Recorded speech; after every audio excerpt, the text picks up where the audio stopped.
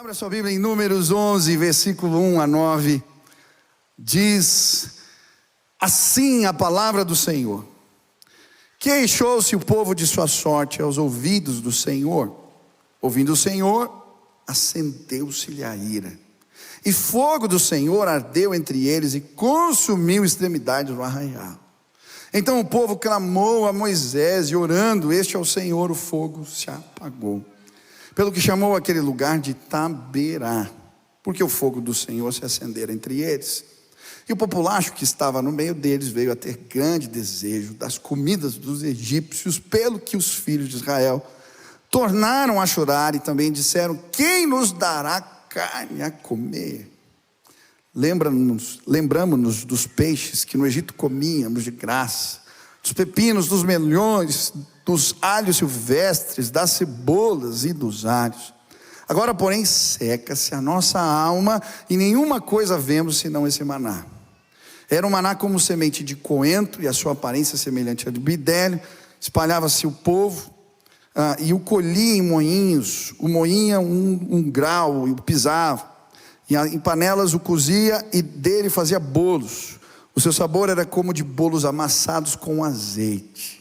Quando de noite descia o orvalho sobre o arraial, sobre eles também caía o maná. Estenda suas mãos em sinal de rendição total a Jesus. Repete essa declaração de fé comigo: Senhor Jesus, eu marquei um encontro contigo esta manhã. Eu abro meu coração para receber tudo aquilo que o Senhor tem para a minha vida. Fala comigo agora, em nome de Jesus. Amém. Eu creio que Deus tem algo novo para nós. Preguei no final do ano sobre isso, que esse ano era um ano de coisas novas.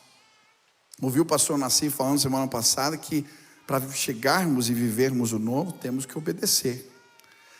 E quando eu estava pensando em como alcançar o inédito de Deus, as coisas maravilhosas de Deus, eu me debrucei sobre um livro de Números. Porque no livro de Números, aí ele vai contar a história do povo indo na direção da terra prometida. Mas, você, quem é líder aqui? O livro de Números é um livro que você tem que ler. A gente acha que só tem número, mas ele conta desafios de liderança tremendo que Moisés viveu enquanto conduzia o povo, e eles promoviam rebeliões, contendas, intrigas. E a Bíblia, aquilo é um manual de liderança tremendo, vai mostrando como ele agiu para fazer que o povo chegasse lá no propósito de Deus. O que eu entendi é que se nós queremos viver o novo, o propósito maravilhoso de Deus para nós, quem quer viver isso, nós precisamos ser aprovados pelo Senhor. Não adianta apenas andar na direção que Deus mandou. Eu tenho que adotar posturas corretas. Então eu tenho que obedecer, mas no caminho eu tenho que ter algumas posturas que me fazem chegar lá.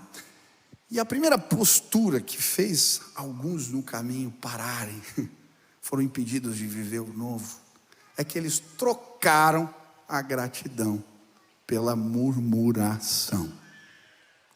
E quando eu estava estudando esse texto, me veio assim uma imagem de uma balança. Sabe aquelas balanças antigas que tinham aqueles pratos assim? E eu imaginei uma balança. De um lado, no prato estava escrito assim: reclamações. E no outro prato estava escrito agradecimentos. Sabe, toda vez que na balança da nossa vida as reclamações pesam mais do que os agradecimentos, a gente emperra, a gente paralisa, a gente não consegue seguir adiante, a gente perde a bênção e o propósito de Deus. Hoje eu queria te propor um desafio. O povo de Israel não chegou lá, muitos não chegaram lá porque a balança deles estava quebrada, e talvez a sua também esteja. Pega a sua mão assim, ó, faz assim. O que está pesando mais? Gratidão ou reclamação? Queria propor um desafio. Quem quer medir isso? Quer medir? Se você pode, pede para os seus familiares. Faz um exercício só, de um dia. Se tiver coragem, 2, 3. E pede para eles te alertarem toda vez que você reclamar de alguma coisa. Sabe o que você vai perceber? A gente reclama às vezes demais. Eu lembro que alguns anos atrás eu fiz um exercício desses num acampamento de jovens. Eu liderava a juventude da igreja e nós fizemos um acampamento e eu fiz cartelas assim com adesivos e todos os participantes recebiam uma folha cheia de adesivos pequenos escrito murmurei. E o exercício que nós fizemos no acampamento era: toda vez que alguém pede de você reclamar, você tira um adesivo desse e coloca na pessoa. E eu achei tão interessante o que aconteceu. Uma hora eu estava na fila, quando eu vi, não é que eu reclamei, me puseram o adesivo do murmurei. Eu falei, meu Deus. Reclamei algumas vezes, mas teve um camarada que quando ele chegou no culto, todo mundo começou a dar risada, porque ele era adesivo da cabeça até os pés. Ei, na tua casa vai ter mais gratidão do que reclamação. No lugar onde você trabalha vai ter mais gratidão do que reclamação. Nesta casa vai ter mais gratidão do que reclamação. Porque Deus abençoa quem faz assim. Você crê nisso? Por que o povo de Israel trocou a gratidão pela reclamação? Quando é que nós, ou por que é que nós fazemos isso? Quando eu estudava esse texto, eu encontrei alguns motivos. O primeiro motivo que me chamou a atenção, eu creio que muitos de nós trocamos a gratidão pela reclamação, porque não entendemos que a reclamação pode ser um pecado. E pior, não entendemos que esse pode ser um pecado capaz de despertar a ira de Deus. É muito interessante, olha o que diz o versículo 1. A Bíblia diz assim: queixou-se o povo da sua sorte aos ouvidos do Senhor. Ouvindo o Senhor, acendeu-se-lhe a ira, e fogo ardeu entre eles. O que fez Deus derramar fogo nas extremidades do acampamento de Israel? O que? Reclamação. O texto está dizendo, as queixas. Pastor, toda queixa é pecado? Não. Todo lamento é pecado? Não. A palavra queixar aqui no hebraico, ela tem um significado bem interessante.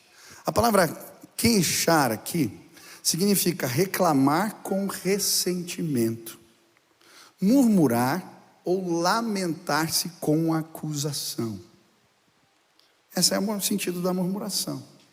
Queixar aqui é colocar Deus no banco dos réus. Eles estavam reclamando, mas acusando ao Senhor.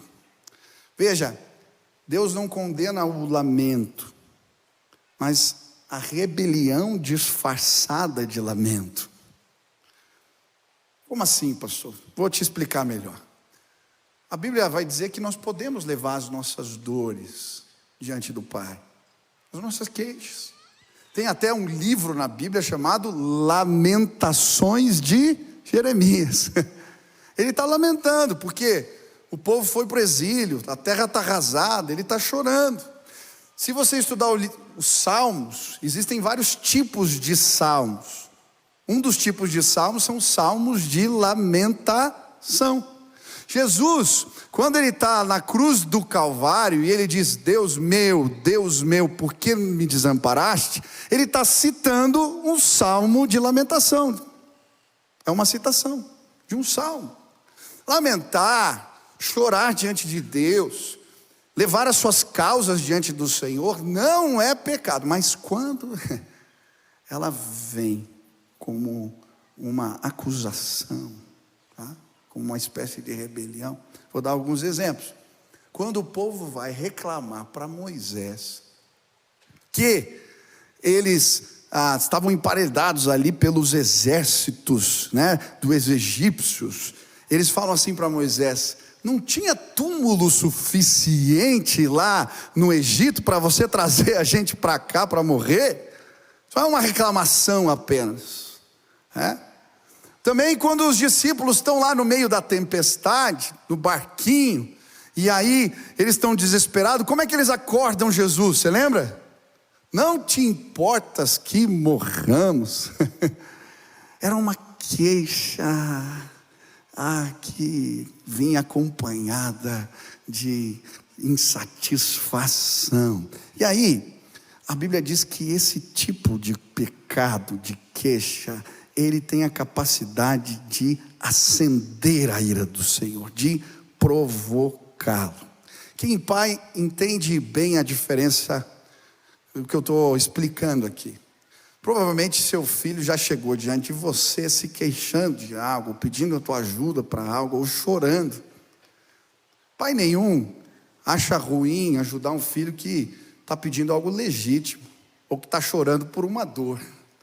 Mas, quando teu filho, por exemplo, pede para você um copo de Nescau, aí você vai lá, prepara um Nescauzinho para ele que ele está pedindo, você entrega para ele, daí ele começa a chorar, porque ele queria o copo azul e você trouxe o copo amarelo. Isso tem a capacidade de te irritar. É o mesmo. A murmuração, ela irrita Deus. Ela não é apenas um pecado qualquer, é um pecado capaz de provocar, acender a ira do Senhor. Quando os fariseus reclamam diante de um milagre, Jesus chama eles de raça de víboras. Ele fica bravo e o irrita. Inclusive o nome murmurar, eu não sei se você sabia, em português, ele é fruto de uma onomatopeia. Mur. É o quê? A simulação daquele resmungo que irrita. Mur. No grego é gn. É uma reclamação irritante. Esse é o significado. É por isso que a Bíblia vai falar que a gente não deve murmurar. Em 1 Coríntios 10, a Bíblia diz: não, nem murmureis, como alguns deles murmuraram e foram destruídos pelo exterminador. Em Filipenses 2,14 ela diz: fazei todas as coisas sem murmurações. Olha essa, tem uma cláusula específica para quem recebe gente em casa. Sede hospitaleiros uns para com os outros, sem murmuração. É para receber os outros em casa e não reclamar depois que comeu demais.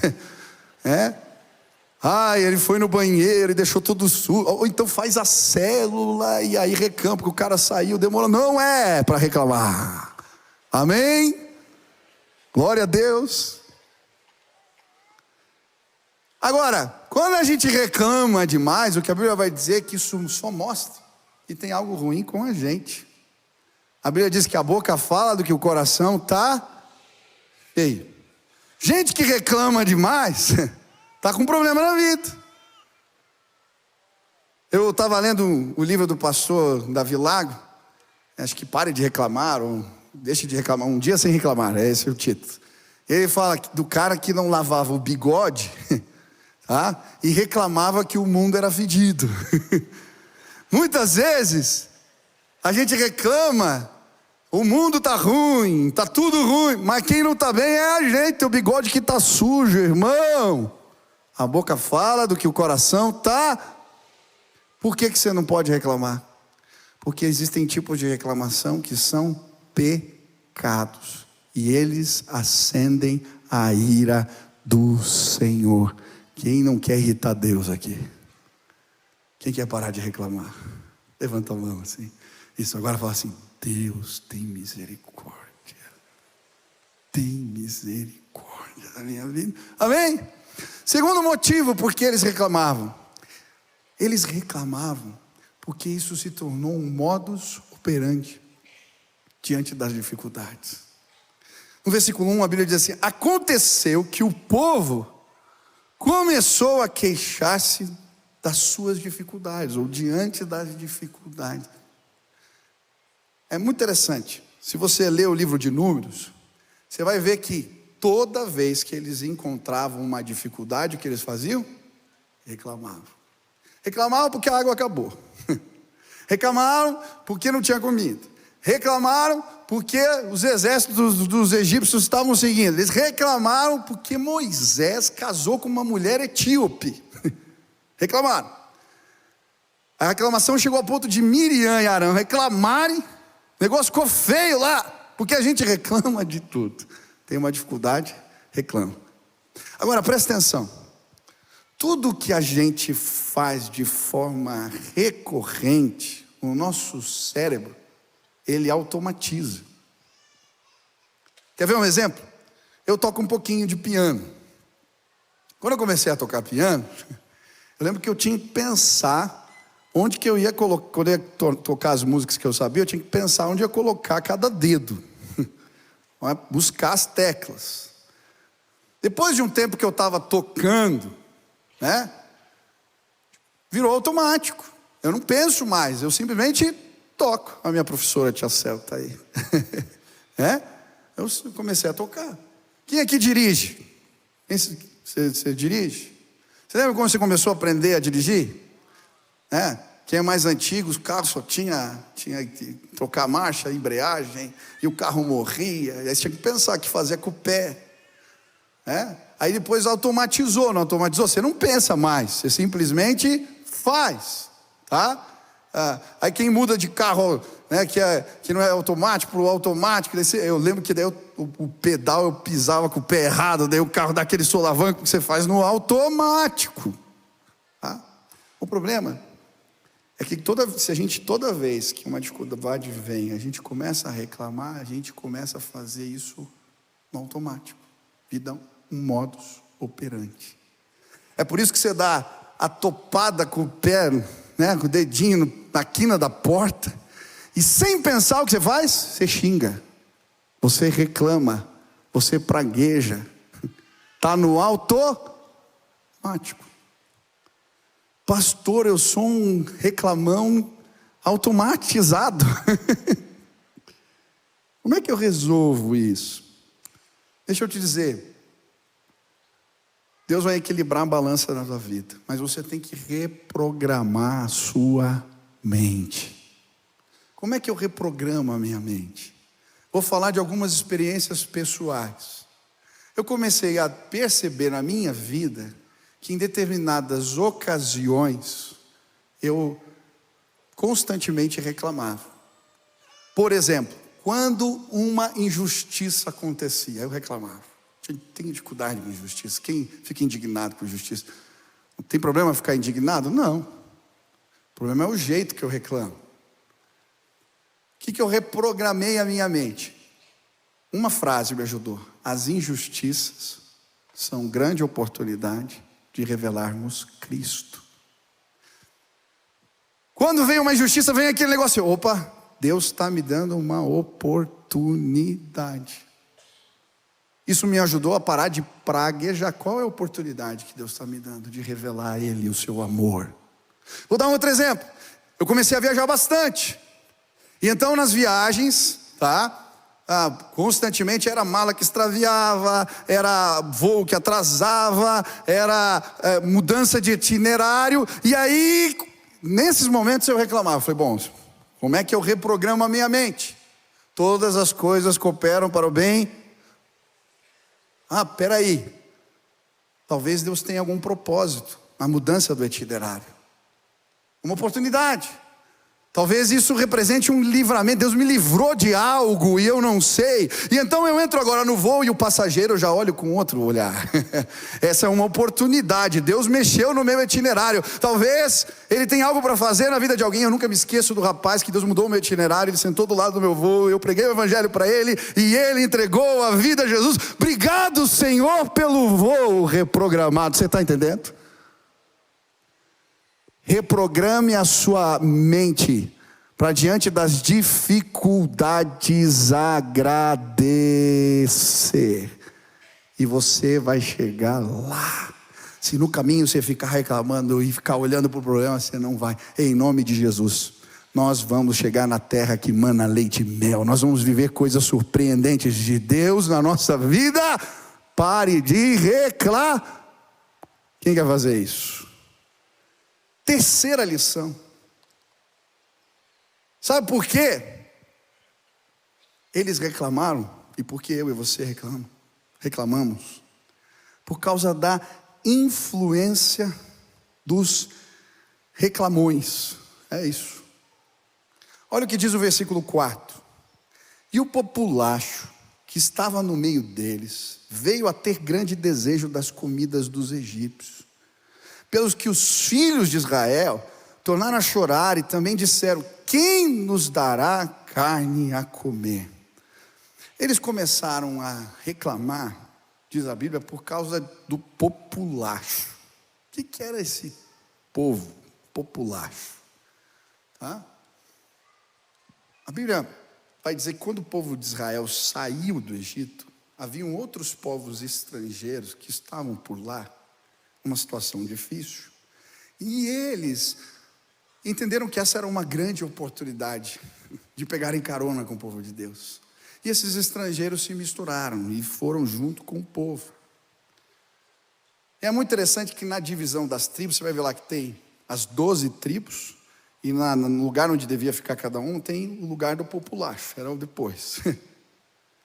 Aonde que pega fogo no acampamento? Você prestou atenção? Nas extremidades. Era o lugar onde os populachos ficavam. Tá? Agora, olha o poder de progressão. Uma reclamação, como ela pode progredir. Começa com o populacho. Aí a Bíblia fala que alguns do povo de Israel começam a reclamar. E aí depois a Bíblia fala, se você continuar lendo o texto, que todas as famílias de Israel foram à porta da sua tenda e eles choravam, porque não tinham carne para comer.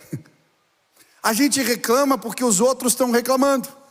A gente reclama porque é influenciado pelo outro que reclama, ou porque frequenta ambientes onde existem reclamação. Você já reclamou de algo e comprou uma briga que depois você foi ver não tinha fundamento? Já aconteceu com você? Você não se informou direito, quando você viu, você estava brigando uma briga que não tinha o menor sentido. Eu passei uma vergonha no seminário. Estavam fazendo abaixo-assinado, uns colegas reclamando porque o professor não estava dando a matéria que eles entendiam que deveria ser dado. E estava aquele fuzuê, todo mundo pegando assinatura, e passaram por mim falando porque eu assinei o negócio sem saber direito. E sabe o que é pior? Era de um professor que eu gostava. E quando ele veio falar e explicar, eu falei: meu Deus, eu assinei uma coisa sem o menor fundamento. A gente reclama porque os outros reclamam. E nós estamos vivendo num mundo onde reclamar virou normal. Quem frequenta as redes sociais aí? Você usa redes sociais? Eu nunca vi lugar para tanta reclamação. Tem até um novo tipo de trabalho hoje, que são os haters. O cara fica lá o dia inteiro só reclamando, né? É impressionante a nossa capacidade de reclamar. Às vezes o cara está contando uma vitória, e aí um infeliz resolve lá fazer um comentário, daqui a pouco tem 50 reclamando. Esses dias eu estava vendo a história de uma moça. A Sil me contando, a moça tinha câncer, o negócio complicou, ia virar um câncer terminal, e ela vai e pede ajuda na internet, o povo se mobiliza para ajudar. Aí ela consegue com a ajuda pagar um tratamento e começa a melhorar. Aí ela posta uma foto bonita. Um infeliz entra lá e começa a falar: olha, ela está bonita demais para ter câncer. Quem tem câncer terminal não tem cabelo desse jeito. Quem tem não sei o quê. E aí, alguém sugere que ela é uma vigarista. A menina começa a ser odiada nas redes sociais, porque ela tinha melhorado do câncer. Aí esses dias eu estou no almoço, lembra aquela menina lá do câncer? Morreu. Morreu. Gente, cuidado. Às vezes você está reclamando, você está comprando briga que não tem sentido. O outro começou, não analisou direito, interpretou, começa a falar, você vai junto. Cuidado. Olha o que aconteceu com o povo de Israel. Aquela geração inteira não entrou na terra prometida. Por quê? Porque eles foram influenciados pela reclamação dos outros. Quem quer ser abençoado aqui, em nome de Jesus? A Bíblia diz que o crente tem que influenciar o lugar que ele está. Amém? Eu gosto que o Wiersbe, que ele fala que você pode ser o crente termômetro ou crente termostato. Só mede o ambiente ou muda o ambiente. Em nome de Jesus, no lugar onde você está não vai ter muita reclamação. Porque você muda ambientes. Seus olhos são bons. O que você fala produz vida, gera perspectivas novas, acrescenta, abençoa. Amém? Ah, pastor, não pode ter crítica. Não, a crítica construtiva ela é bem-vinda. Tá? Mas a gente tem sim que mudar ambientes. Quem quer ser assim em nome de Jesus? Cuidado, você quer parar de reclamar? Cuidado com os reclamões. Quarto motivo. Sabe por que eles começaram a reclamar? Porque eles acostumaram com o maná e deixaram de ser agradecidos. É muito interessante que agora o povo chega num ponto que eles começam a reclamar das bênçãos, do milagre, do maná. E sabe, eu creio que não existe nenhum tipo de murmuração que provoque mais, de queixa, que provoque mais a Deus do que essa. A murmuração que vem embrulhada no pacote da ingratidão. Isso irrita demais. Deus fez pão, caiu do céu, comida caiu do céu, eles estavam reclamando. Pra você ter ideia como isso provocou a ira de Deus, a Bíblia diz que Deus fala assim: olha, vocês querem comer carne? Vocês vão comer carne até sair pelo nariz de vocês. Olha que forte, tá? Vocês vão comer carne até sair pelo nariz. Se não bastasse, Deus fica tão bravo que Ele manda um vento de codornas. E a Bíblia diz que cai tanta codorna, tá, no raio de um dia de caminhada, 30 quilômetros de codorna. Na altura, diz a Bíblia, de 90 centímetros. Eu não sei nem medir um negócio desse. É um tapete de carne. Cada um recolheu para comer em casa 10 homers, diz a Bíblia. Um homer era 22 litros. Tá? Cada um recolheu. Eles levavam para casa quilos e quilos de carne. É um absurdo. A Bíblia diz que Deus ficou tão bravo que quando eles colocavam a comida na boca, o Senhor se irou e fez vir uma epidemia. Eles não chegaram nem a engolir a comida e alguns morreram. Deus estava bravo. Se tem algo que irrita Deus é quando a gente reclama da bênção. Mas você talvez esteja ouvindo essa palavra e fala: eu jamais reclamaria do maná. Eu jamais reclamaria das bênçãos derramadas do Senhor na minha vida. Jamais, eu não faço isso. Ninguém faz isso. Será que não? Será mesmo que você não é capaz de reclamar do maná? Deixa eu explicar agora essa história sobre um outro viés, para ver se você não é capaz de fazer isso. Primeiro, eu creio que eles reclamaram do maná porque eles se acostumaram. Acostumaram com o milagre, com a bênção. Quando começa a cair a comida do céu, eles chamam isso de maná. O que a palavra maná significa? Alguém sabe? O que é isso? Estavam surpresos. O que é isso? Deus pode fazer comida cair do céu. Aleluia! Mas aí eles comeram maná um dia, outro dia, e outro dia, e outro dia de novo. E de repente, maná virou simplesmente o cardápio de mais um dia. E como era só um cardápio, a gente reclama às vezes da comida. Não sei se você está me entendendo. Às vezes a gente se acostuma com as bênçãos. E por isso a gente começa a reclamar. Eu lembro um dia, eu estava em casa, depois de 7 anos de casado. Era a gaveta que começou a emperrar, mesa lascada, eletrodoméstico que não funcionava. E um dia eu fui abrir uma gaveta, ela emperrou e eu estava pronto para reclamar. Mas Quando eu comecei, o Espírito Santo falou: ei, dá uma olhada aqui na sala. O que foi, Senhor? Dá uma olhada na sala. Aí comecei a olhar, falar mesmo. Aí o Espírito Santo falou: tem alguma coisa aqui que você comprou? Tudo que eu tinha, todos os móveis eu tinha ganhado. Todos. Eu fiquei procurando um.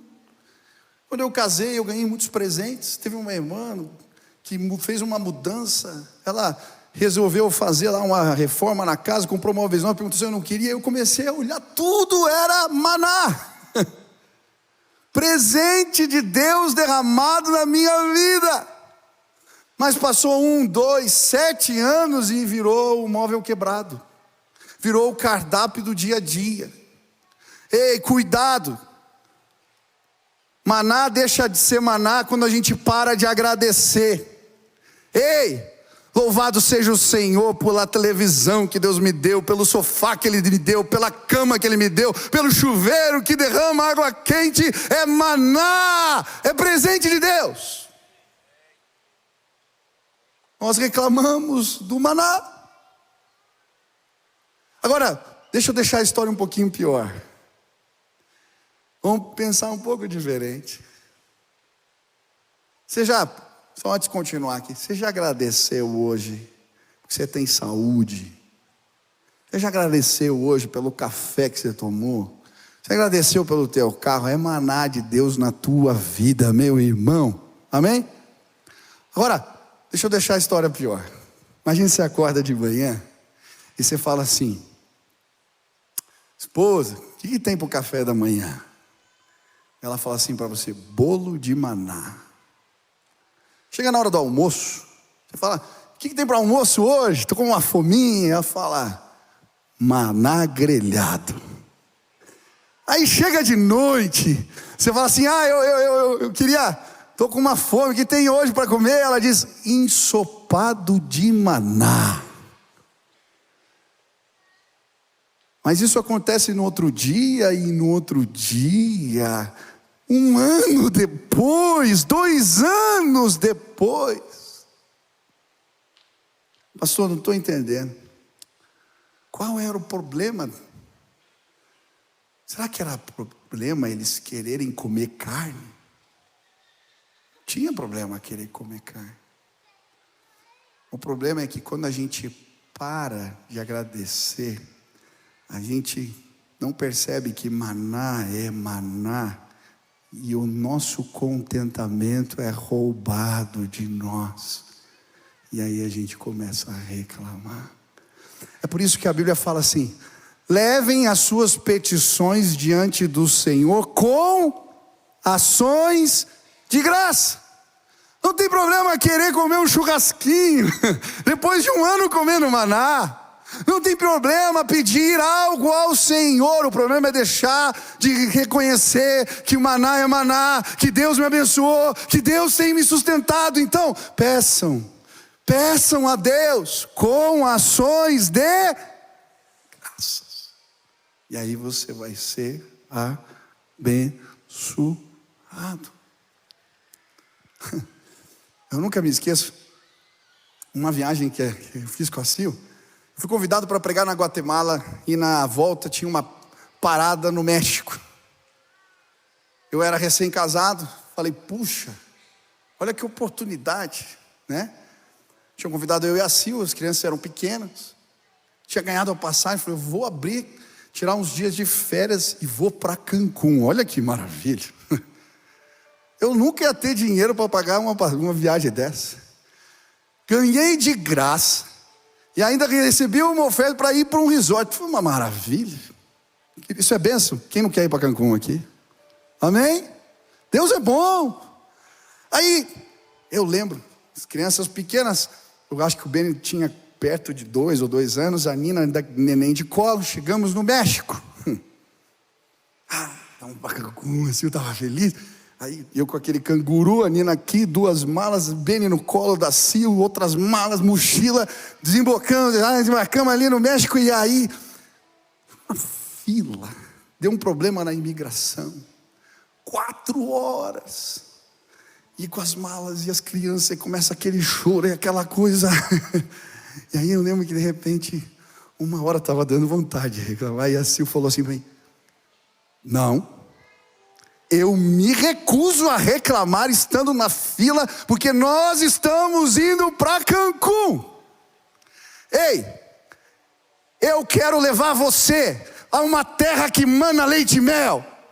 Deus vai fazer coisas maravilhosas na sua vida. E na jornada não vai ser fácil, vai ter fila, vai ter dificuldade, mas eu estou indo para um lugar muito melhor do que Cancún. Ele me prometeu tudo. Eu vou chegar lá em nome de Jesus. Eu me recuso a reclamar. Quem está indo para Nova Jerusalém aqui, você não pode reclamar. E até uma música velha: caminhando eu vou. Eu vou celebrando para Canaã em nome de Jesus. Quem quer celebrar comigo? Pastor, e o que eu faço agora? A gente vai treinar. Você tem que aprender a agradecer. A gente não agradece porque a gente não sabe fazer isso. Não sabe. Eu lembro da história do menininho, pediu uma laranja para a mamãe. A mamãe foi lá e deu laranja para ele. Aí a mamãe falou para ele: o que fala agora, filho? Queria que ele falasse obrigado. Sabe o que ele respondeu? Descasca agora. A gente não agradece porque a gente não aprendeu a agradecer. Você tem que agradecer todos os dias. Começa teu dia agradecendo. Agradeça na hora do almoço, agradeça antes de dormir. A Bíblia diz: em tudo dai graças. Agradeça. A Bíblia diz: agradeça quando pedir algo ao Senhor. A Bíblia diz: agradeça o tempo todo. Agradeça até mesmo quando vierem dificuldades. A Bíblia manda agradecer, agradecer, agradecer, agradecer. Agradecer, pratica isso. Se a balança da tua vida pender para o lado da gratidão e não da reclamação, Deus vai te abençoar ainda mais. A Bíblia conta uma história que a gente não entende. 10 leprosos vieram, Jesus cuidou os 10, só um voltou para agradecer. Quando aquele volta, é samaritano, Jesus: por que os outros 9? Por que não voltaram? Mas o que voltou foi transformado, foi salvo. A gente não entende às vezes o que representa a gratidão. Vou terminar com isso. Quando a gente analisa a palavra agradecer ou gratidão em outras línguas, a gente consegue entender o que a gratidão representa. Por exemplo, em inglês, thank you.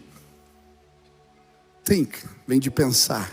É um reconhecimento de que alguém fez algo por mim. Primeiro, reconheça: Deus fez, os outros fizeram, seja agradecido. Em francês ou em espanhol, merci, graças. Recebi um favor que eu não mereço. Eu reconheço no coração. Ao português eu acho o mais bonito de todos: obrigado. Eu tenho uma obrigação para contigo. Você me abençoou? Muito obrigado.